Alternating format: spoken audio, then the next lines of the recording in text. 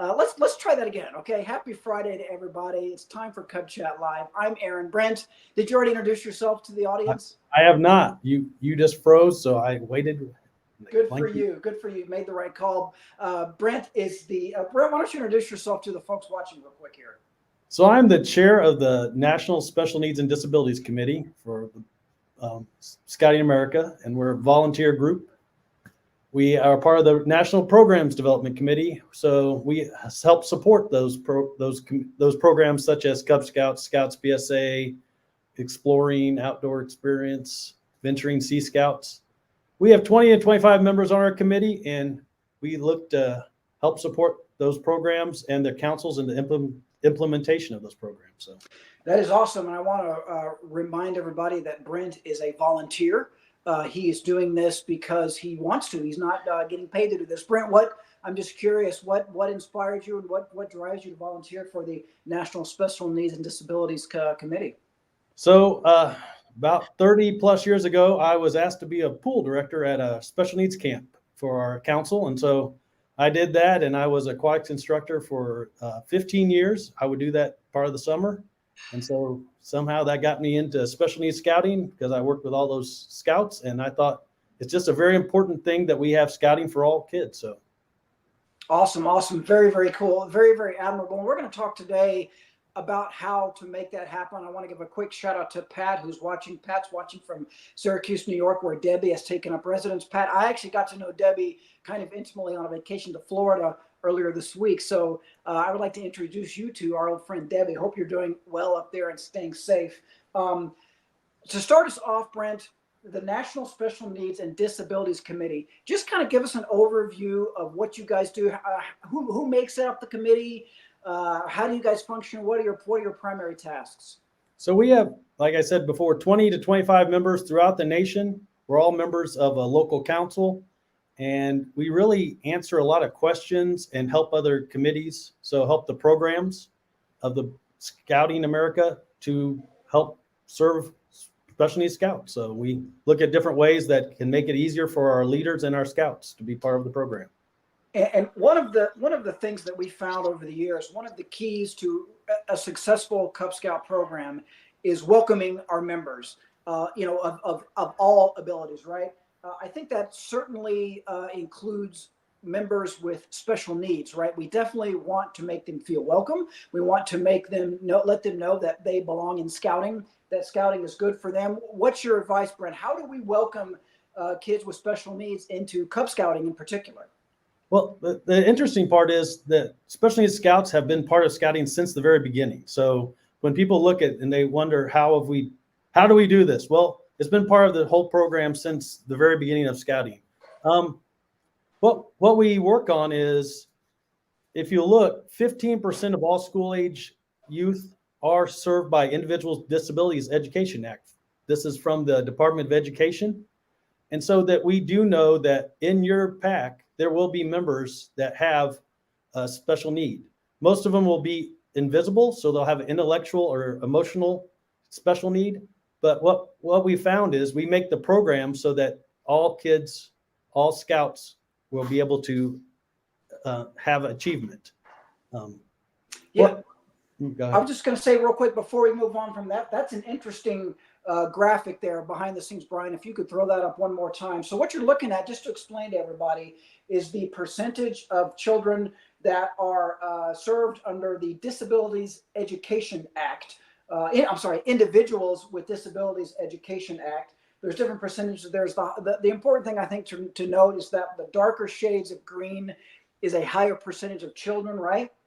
And correct me if I'm wrong, Brent, I think what we've learned is the percentage of children in schools, probably in your community, who are being served under the Individuals with Disabilities Education Act is pretty similar to the percentage that's in Cub Scouts. Is that right?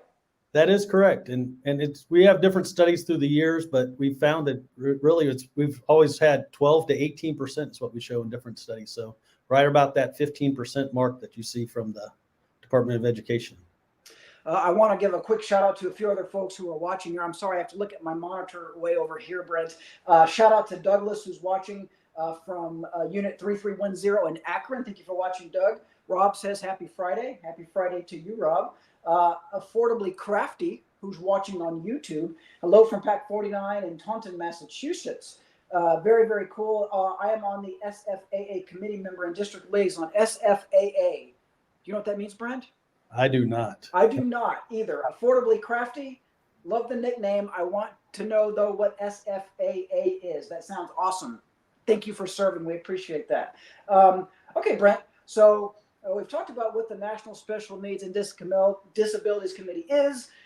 Let's talk more, if we could get into a little bit more about welcoming kids with special needs into Cub Scouting. And there's a thing called a joining conference, right? Can you tell me about that? So it's something that we've done for many years, and we think that it's good for every scout to do this. And it's basically a conference with your scout leader and the parent, where you talk about how do you make scouting, what are the expectations for your youth when they come to our scouts. So, you should have questions such as, what are their strengths? Do they have struggles? If they have struggles, how do they manage them at home and at school? Do you have, emotional outbursts? Can this be prevented? What strategies can be used? Scouting is based around a grade level, not age level. So we find that a lot of times you want to match the youth, your scout, with their grade, so they can have that friendship that they can grow through scouting through. So it's nice that we can have the older, if they're a couple years behind in school, they can stay with their age group in Cub Scouting. So we just think it's a great thing to be able to set expectations, and it works well with scouts that aren't special needs, but it just works well overall in scouting. We're going to get into a little bit more of this later in the show about the tools that are available to you guys. I want to point out, though, the biggest, I think, one of the most important roles that the National Special Needs and Disabilities Committee does is that they provide tools and resources for Cub Scout leaders on how to best welcome kids with disabilities, and also with, I think, parents, right, of kids with disabilities, on how they can make sure they set up their child for success in scouting. I've got some important bit of information, Brent. SFAA stands for Scouting for All Abilities. Okay. So Affordably Crafty is the SFAA committee member and a district liaison. Very, very cool. Also, shout out to Pack 391 from California for watching, posted under the name Troop 391. I guess maybe you guys are a pack and a troop. We love it when our friends from Scouts BSA watch our shows as well. Appreciate that very, very much. Real quick, Brent, before we go on, I would love to ask you, this is, I'm going to throw you a little bit of a curveball here. This is not a question on our list, but maybe there is a Cub Scout leader. I've been a Cub Scout leader before, so I know what it's like. And maybe there's a Cub Scout leader who, when they volunteered to be a den leader or whatever it was, they might not have realized that they may have a scout with different abilities in their den, right, or in their pack. What is your message, Brent, to that scout leader who may have a little bit of anxiety? They probably want to do the right thing, right? But what's our message to them? It's take time and ask the scout if they can communicate well, and ask the parent, how do we have, what can we do to make it the best experience for your scout and all the scouts involved? Because we can't take all our time off on one scout and not have time for the other, members of the den. So it is important to have that open communication. But we find that most of the time when you're working with special needs scouts, it's a time factor. If you take a little bit more time, you give them a chance to perform a task. Most tasks can be performed by almost all scouts. So. And I would love to also dive in a little bit more on the joining conference, if I could, Brent. Maybe you could give us kind of a few more details on what that conference looks like, including, I think, maybe even set the process of setting it up, right? Unless you're already friends with that parent, this may be, a stranger that you're welcoming into your pack, right? And they may say, hey, my kid has some special needs. How do you have that conversation, Brent? How do you initiate that dialogue with the parent? So a lot of times, you've done your recruiting, you have new parents that want to join. So I think it's better to just start off with, hey, we want to have a little conference with every parent just to ask a couple questions about how do we make this experience the best for you and your scout? Because a lot of times there's parents that don't want to label their child as a special needs scout, and they just want them to be part of the scouting program. So asking different questions And we have a couple lists on our website that we can share that information with you. That, asking those questions can sometimes just make it where you go, okay, with little Susie, I need to know that this is what helps her do better in scouting, and just follow those methods. So. Yeah, and the URL that Behind the Scenes Brian just posted up, that website, ablescouts.org, is the official website of the committee, I believe, right, Brent? Yes. Just so people know, that is official documentation and guidance that you can trust. If you just do a Google search, maybe you'll come up with something okay, maybe you won't, but ablescouts.org is the disabilities website where folks can go for official guidance, including joining conferences, as we just talked about there. Quick comment from Heather: please normalize helping every scout with their individual needs. You don't have to have a documented disability to benefit from getting to know them personally. Thank you, Heather, for that. Appreciate that. Heather's coming to us from PAC 169 in Forest Grove, Oregon. Carrie says, hey, SFAA committee and Kim, we love joining conferences, helps all scouts thrive. Very, very cool. I agree with that. It does help all scouts thrive. Brent, let's talk about slightly different topic, but along the same lines. There are, correct me if I'm wrong, specific Scouting America / BSA guidance to advancement to serving kids with different needs and disabilities, right? Can you tell us about that and what folks can find in there? It's the Guide to Advancement, and it's section 10 of the Guide to Advancement. Specifically, section 10.2.1 deals with Cub Scouting. And what the basis of what it says is their Cub Scouts are tasked in advancement to do their best. And so they won't really need much modification, but with some Cubs, they just need more time to finish the task. If there is a task that a Cub cannot do, the unit just needs to choose an alternative requirement. There isn't a need to go to the council. A lot of times they get that confused with the Scouts BSA, the Venture, the Sea Scout. That any alternatives on those programs, they have to go to the council. With Cubs, the unit makes the decision on what is an acceptable alternative for that rank requirement, and they pass them and they go on. So we just want them to know that the scout has to do their best.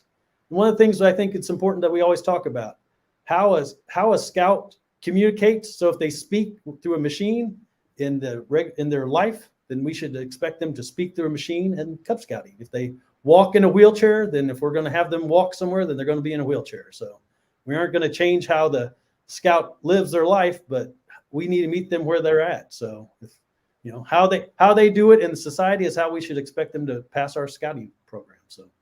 Yeah, I do think that's a good reminder, again, to everybody who's interested. The Guide to Advancement, that's the official Scouting America guidance on advancement, obviously. And it covers all of the scouting programs. There's also a section on advancement for members with special needs. And within that section, there's a section on advancement for Cub Scouts with special needs. And Brent, you said this before, and I want to stress this again.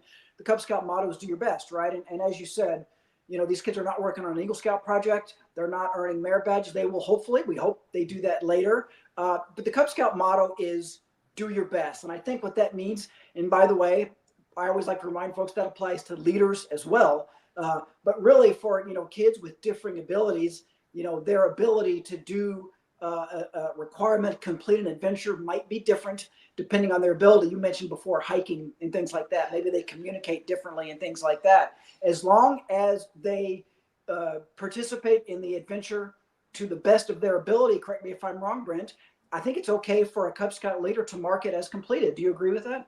That is correct. I mean, that's some of the questions we do get as a committee, and it's, they need to do their best, and we need to let them try to do the activities. Sometimes we will we'll say, oh, well, we know that, little Jimmy can't do that, but, give them opportunity and let them shine. Sometimes, a lot of times they will surprise us. So. Yeah. And it seems like that also might be something, going back to that joining conference, a discussion that you could have with the parents. Some Cub Scout adventures require a scout to get up and move around and be active, running and things like that, some physical fitness things. Some scouts, obviously, in a wheelchair might not be able to complete those. Other Cub Scout adventures require the use of hands and dexterity and things like that might be beyond the abilities. So maybe that's a good conversation to have, before you even start the year, about what the expectations are and things like that. But regardless, do your best, a motto that we can all live by. Again, just want to remind everybody behind the scenes, Brian posted the link to that in the chat. Advancements for Cub Scouts starts around page 77 on the file that I'm looking at here. There may be different versions of it. And again, it's different with Cub Scouts than it is. There are separate sections on advancement in Scouts BSA for Scouts with special needs because the program is different, the requirements are different, and they do often have to go to the council, things like that. But to confirm, Brent, we're okay with Cub Scout leaders making some modifications, right, to accommodate children of different abilities. Is that right? That is correct. And that's the expectation. We want to keep it where the den and their pack make the decisions and do the program with them. So they don't need to go through a whole process to make changes. They just make the changes and move on. So as long as the scout does their best, as you said, they can pass that requirement. Right. Shout out to Luke, who's watching from Pack 21 in Chittenango, New York. Thank you for tuning in, Luke. Carrie points out that they get a lot of questions around the whittling chip, which is a great point. For those of you who don't know, the whittling chip is the pocket knife requirement. And I can speak from my own personal experience. We had some kids who used, plastic utensils instead of a real pocket knife, right? Because it's not safe. We certainly want to keep kids safe. I think the whittling chip is a great example of, the do your best motto. Thank you for sharing that, Carrie. Appreciate that a lot. Brent, let's talk about some other resources that the National Special Needs and Disabilities Committee has offered. Again, this is a group of volunteers. Brent is a volunteer who does this because he feels strongly about it and passionate about it. And they want all Scouts to succeed, all Scouts of all abilities. And they also want parents of Scouts and Scout leaders to help those Scouts succeed. So Brent, maybe you could talk about some of the other resources that you guys have for parents and Scout leaders. Yeah, we do have a page on the scouting.org or landing page. It's under resources and disability awareness, disability-awareness. So on that, there are a lot of resources that are listed. One of the big ones we have is called the Inclusion Toolbox. So I will say this, the purpose of the Inclusion Toolbox, I'm going to tell you right from the thing, is for special needs and disabilities to provide a single comprehensive reference source for disabilities information for the Scouting America community. National Special Needs and Disability Committee developed a toolbox to bridge the gap between more general source of disabilities information and the methods of scouting. So we do expect this information to be provided to be the basis of other publications related to awareness of special needs and the foundation for training courses for Scout volunteers, professionals, and family members. I wanted to talk about, but I thought that's the stated purpose. And we have it based upon for parents, for unit leaders, for camp leaders, for councils. So we have it split up throughout the Inclusion Toolbox. So it's a published, so you can actually pull it off the website, and it's also updated annually. So we continually update the Inclusion Toolbox to help make it easier for our Scout leaders, because that's really the purpose that we have. Is we want the Scout leaders to be able to put on a program that's fun and safe for the Scouts. And how do we include all the Scouts? Well, we want to have the information that's available for them to help do that. Yeah, and I want to point out that the Inclusion Toolbox, by the way, a great tool behind the scenes. Brian just posted links to our channel so you guys can click that. It covers a lot of ground. I just want to read folks real quick some excerpts from just the table of contents. Allergies and food issues are covered in there. Things that you don't necessarily might not think of: anxiety, depression, mental health concerns, ADHD, right, which is something that seems to be so common these days. Obviously, things like autism, blindness, low vision, deaf, hard of hearing, intellectual disabilities, learning disorders, physical disabilities, speech and language disorders. All of these are modules that are included in the Inclusion Toolbox. Definitely worth a read for all Cub Scout leaders out there. And I think for Cub Scouts parents too, to give everybody an opportunity to participate and to make sure, most importantly, that most children have the opportunity to participate and have success. There's that link again right there. Also check in the comment section for the direct link that Brian has posted. I'm just kind of scrolling through the TOC right now, Brian. There's stuff about aquatics, shooting sports, which probably applies more to the older Scout programs, right? But a lot of really valuable information in there that the National Special Needs and Disabilities Committee has made available. Encourage everyone to check out the Inclusion Toolbox. Brent, we have just a few more minutes here. Why don't you tell us real quick about some training opportunities that are available for folks who feel strongly about this or are interested in learning about more? So every year at the Philmont Training Center, we have a course. It's called Adaptive Special Needs. It's a conference that's been held since 2021.